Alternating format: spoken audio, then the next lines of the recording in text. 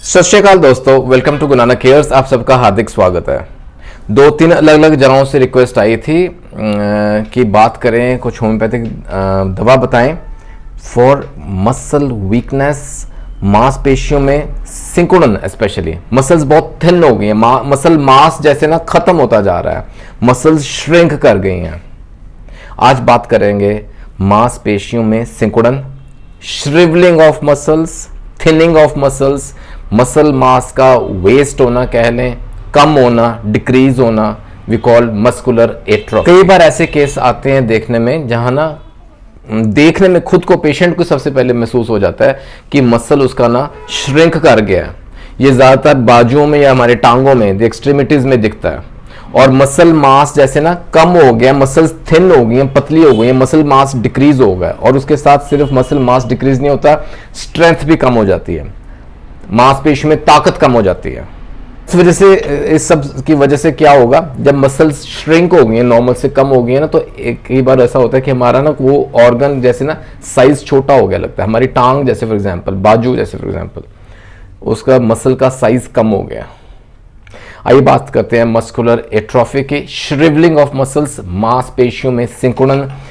क्या सिम्टम्स हैं, क्या लक्षण हैं, देखने में कैसे हमें खुद पहचान होनी चाहिए कि ये दिक्कत कहीं हमें तो नहीं आ रही है, क्या कारण है और कैसे होम्योपैथी हमें हेल्प करती है। सिम्टम्स की बात करें, सबसे पहले लक्षण मैंने आपको बताया, वीकनेस इन मसल्स। सबसे पहला सिम्टम ये होगा कि आपके ना मसल्स वीक होने शुरू हो जाएंगे, मांसपेशी में जैसे ना ताकत नहीं, कमजोर होने शुरू हो गए।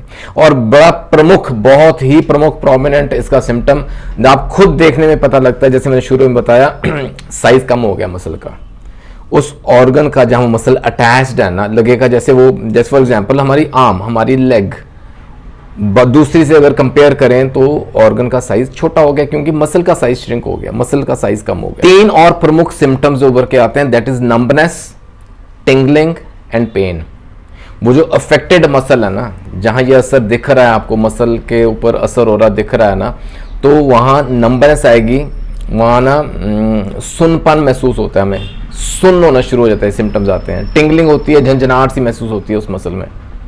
एंड थर्ड इज पेन, दर्द होगा मसल में।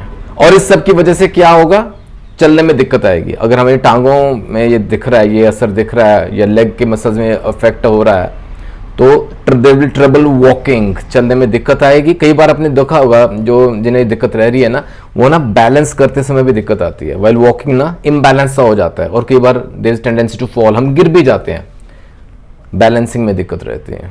अच्छा, ये तो रही आर्म्स और लेग्स की मसल्स जहां मेन अफेक्ट होती हैं। कई बार फेशियल मसल्स भी अफेक्ट होती हैं, तो हमारा फेशियल वीकनेस, मसल्स में कमजोरी, ये भी सिम्टम आता है। कैसे पता चलता है, जब हम कुछ सवालों कर रहे हैं ना, आगे को निगल रहे हैं या कुछ बोल रहे हैं, व्हेन वी आर स्पीकिंग, तो डिफिकल्टी आती है, दिक्कत महसूस करते हैं। देन ग्रेजुअली ना मेमोरी लॉस होना शुरू हो गया, याददाश्त वीक होनी शुरू हो गई है। ये कुछ सिम्टम्स हैं, कुछ लक्षण हैं, आपको पता होना चाहिए कि अगर ऐसा कुछ हो रहा है, कहीं ये मस्कुलर एट्रोफी की तरफ तो नहीं जा रहा मैं। आइए इसका कारण समझते हैं, बिल्कुल सरल भाषा में, सिंपल इसका कारण आपके सामने रखता हूं, so that you are able to understand, आपको समझ लगे कारण क्या है, क्यों होता है। दोस्तों, 2 प्रमुख कारण उभर के सामने आते हैं। द वेरी फर्स्ट वन, जो कि बहुत कॉमन, सबसे ज्यादा कॉमन यही रहता है, फिजियोलॉजिकल कॉज है, we call it disuse atrophy. नाम से थोड़ा आइडिया हो गया कि हम ना उस मसल को या उस पार्ट को, बॉडी के उस हिस्से को हम यूज नहीं कर पा रहे हैं या यूज नहीं कर रहे हैं। डिसयूज यानी कि जितना नॉर्मल मसल्स को काम में लाना चाहिए ना, वो नहीं हो पा रहा। उससे क्या होगा, और इसे लगातार अगर हुआ ना, वो उस मसल से हम काम नहीं ले रहे हैं, उसकी मूवमेंट नहीं हो पा रही है, वो एक्सरसाइज नहीं हो पा रही मसल की, तो उससे क्या होगा, हमारी बॉडी, देखिए बहुत कुदरती, बहुत फैंटास्टिक मैकेनिज्म है, हमारी बॉडी को ऐसा महसूस होता है कि वो मसल को एनर्जी की रिक्वायरमेंट नहीं है, क्योंकि वो बॉडी का वो पार्ट, वो मांसपेशी, वो मसल ना मूवमेंट नहीं कर रही, वो से क्या होगा, हमारी बॉडी ना उस हिस्से को, उस मांसपेशी को, उस मसल पार्ट को वो एनर्जी जिसको चाहिए वो उसको प्रोवाइड नहीं करेगी, कि वो पार्ट जैसे ना सुस्त पड़ा है, उसको एनर्जी की रिक्वायरमेंट नहीं है, वो एनर्जी कहीं और यूज करेगी बॉडी हमारी। उससे क्या होगा, वो मसल ब्रेक डाउन होनी शुरू हो जाएगी, वो मसल वीक हो जाएगी, उसको एनर्जी नहीं मिलेगी, वो मसल ब्रेक डाउन होनी शुरू हो जाएगी, और फिर वही it will decrease in size and strength, उसका आकार छोटा होना शुरू हो जाएगा, उसके अंदर ताकत और स्ट्रेंथ नहीं रहेगी। अब ये डिसयूज एट्रोफी है, इसके पीछे क्या क्या स्टोरी है, क्यों ऐसा होता है? ये जो डिसयूज एट्रोफी हो रही है, ये क्यों हो रही है? सबसे पहले प्रमुख रीजन कारण क्या है? Sedentary lifestyle. सीडेंटरी लाइफस्टाइल माने तो मूवमेंट नहीं हो पा रही बॉडी की, जो एक्टिव होना चाहिए ना बॉडी को, मूवमेंट होनी चाहिए, वो नहीं हो पा रही है। पड़े हैं तो बस पड़े हैं, लेजीनेस है, लेथार्जिक है। प्रॉपर जो एक्सरसाइज होनी चाहिए ना, जो व्यायाम होना चाहिए वो नहीं हो रहा, रेगुलर जो होना चाहिए वो नहीं हो रहा, मसल्स की मूवमेंट ही नहीं है। कई बार ऐसा होता है कि जैसे ना सिटिंग जॉब है, घंटों तक बैठने का ही जॉब है, तो वहाँ ऐसा रहता है, रेस्टिंग ऑलवेज, हमेशा रेस्ट ही करने की आदत पड़ी हुई है, वहाँ होता है। देन एक और प्रमुख कारण है, that's malnourishment, undernourished. जो प्रॉपर न्यूट्रिएंट्स चाहिए ना हमारी बॉडी को, हमारी मसल्स को, वो डाइट से नहीं मिल पा रहे हैं, वो हम नहीं ले रहे हैं। या कई केस में ना जेनेटिक डिसऑर्डर है, मस्कुलर डिस्ट्रॉफी हुआ है बंदे को, या स्ट्रोक है, या डर्मेटोमायोसाइटिस है, ये कुछ कंडीशंस हैं जो जेनेटिकली आगे जैसे फैमिली हिस्ट्री में होता है। अगर ऐसा कुछ है ना, it will lead to disuse atrophy. And finally बढ़ती उम्र के साथ एट्रोफी हो गया, एज रिलेटेड एट्रोफी। आपको याद है एक वीडियो मैंने सार्कोपीनिया के ऊपर डाला था, the term is very meaningful, उसके ऊपर अलग से वीडियो है। एज जैसे बढ़ती है, एडवांसिंग एज से दिक्कतें रहती हैं ना, स्पेशली यहाँ मसल्स की बात करें तो एज रिलेटेड एट्रोफी हो जाएगी, सार्कोपीनिया बोलते हैं। वो वीडियो जरूर देखिएगा, बहुत महत्वपूर्ण जानकारी बताइए उसमें। तो ये तो था डिसयूज एट्रोफी। दूसरा कारण जो रहता है, प्रमुख कारण, that is neurogenic atrophy.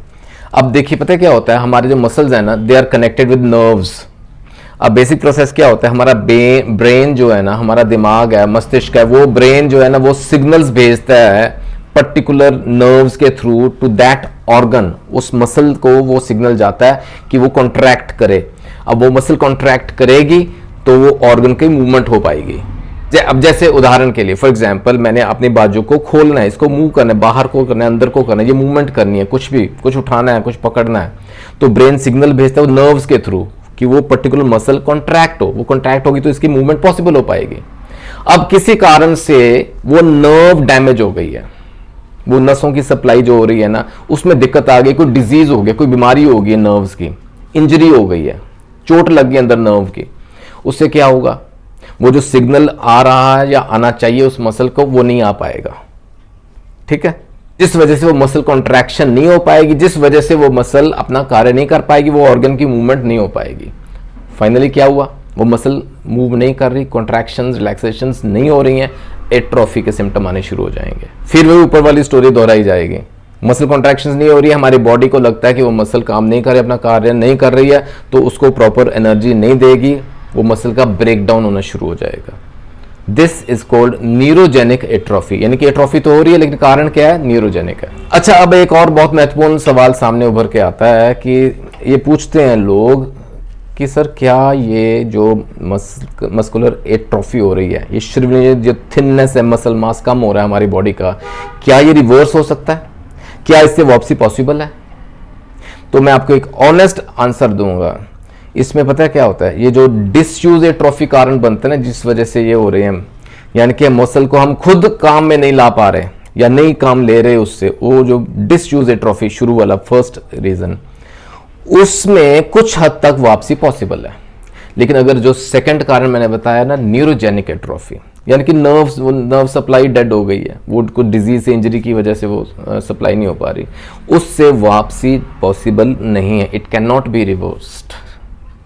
First कारण में रिवर्स हो सकता है, वो एक्सरसाइज लाएं, वो एक्सरसाइज करें, फिजिकल एक्टिविटी बढ़ाएं, मसल की मूवमेंट बढ़ाएं, सो दैट बॉडी को लगे कि यहाँ एनर्जी चाहिए मसल को, तो उससे वापसी हो सकती है। सेकंड इज न्यूट्रिशन, मैंने बताया ना मैल न्यूट्रिशन होता है, तो वो प्रॉपर न्यूट्रिशन, न्यूट्रिएंट्स चाहिए मसल को, डाइट में अपनाएं, ये दो चीजें करेंगे तो उससे वापसी हो सकती है। And third is come to homeopathy.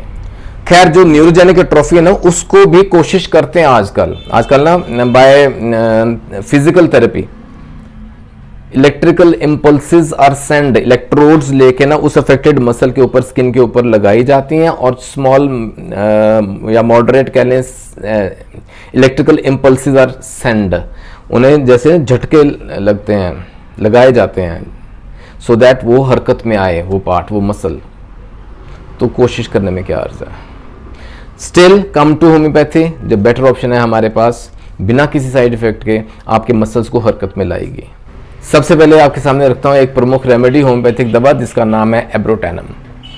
एब्रोटैनम आर्टिमिजिया, ये एक इंपॉर्टेंट रेमेडी रहती है। इसमें ना इसका प्रमुख सिम्टम क्या है? इमैसिएशन इन द लोअर लिम्स, जो हमारी टांगे हैं ना, द लेग्स आर इमैशिएटेड, बहुत थिन हो गई हैं, मसल मास बहुत थिन हो गया है, स्ट्रेंथ बहुत वीक हो गई है, जान नहीं रही। आपने इमेजिन कीजिए, कई बार ऐसे केस होते हैं जहां ना टांगे बहुत दुबली हैं, बहुत पतली टांगे हैं, एब्रोटैनम का पेशेंट हो सकता है वो। एक तरह का ना मरासमस कंडीशन रहती है, specially of the lower limbs, बावजूद इसके कि he has a good appetite, खाना पीना अच्छा है, उसके बावजूद टांगे जो है दुबली हो रही हैं, पतली हो रही हैं, मसल लॉस हो रहा है टांगों में, वो एब्रोटैनम का पेशेंट हो सकता है। चेहरा जो है ना वो रिंकल्ड है, ठंडा पड़ा है, पेल हो गया है, ओल्ड लुकिंग है, यानी कि उम्र से पहले बुढ़ापे के जो लक्षण है ना, वो साइन एंड सिम्टम दिखते हैं चेहरे। एब्रोटैनम का पेशेंट हो सकता है। दूसरी इंपॉर्टेंट रेमेडी है कैलकेरिया काब होने का। कैलकेरिया काब, कैलकेरिया का पेशेंट नॉर्मली हम क्या बोलते हैं? Fair, fatty, flabby. ये फ्लैबीनेस है ना, ये यहाँ काम समझने वाली है थोड़ी। फ्लैबीनेस यानी कि मसल्स लटके हुए हैं, लेकिन देखिए याद रखिएगा इसमें ना अंदर जान नहीं है।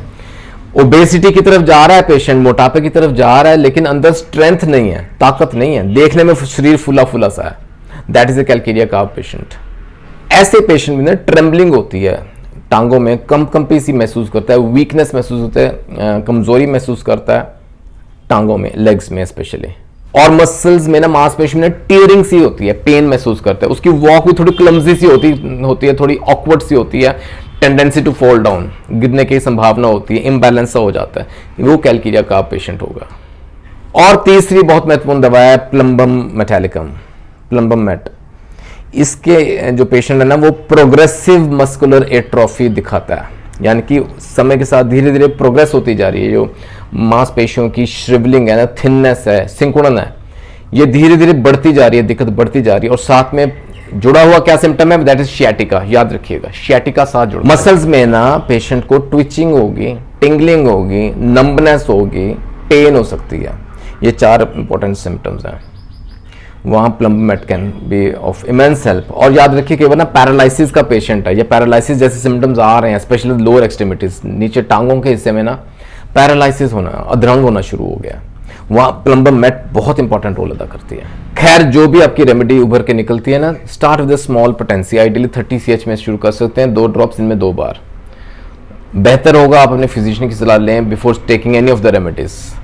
उम्मीद करता हूँ आज के वीडियो से ना आपका काफ़ी हद तक नॉलेज में इजाफा हुआ होगा और आपके काफ़ी डाउट्स क्लियर हुए होंगे regarding muscle shortening, muscle stiffness, muscle weakness, muscle atrophy, shrivelling of muscles. दोस्तों, जुड़े रहें गुरु नानक केयर्स के साथ for more such informational videos. अभी भी कोई डाउट है, कोई सवाल है, कोई क्वेरी है, do mention in the comment section. आप मुझे मेल कर सकते हैं gurunanak@gmail.com। जल्दी मिलेंगे अगले वीडियो में। टेक केयर, अपना ख्याल रखिएगा। God bless.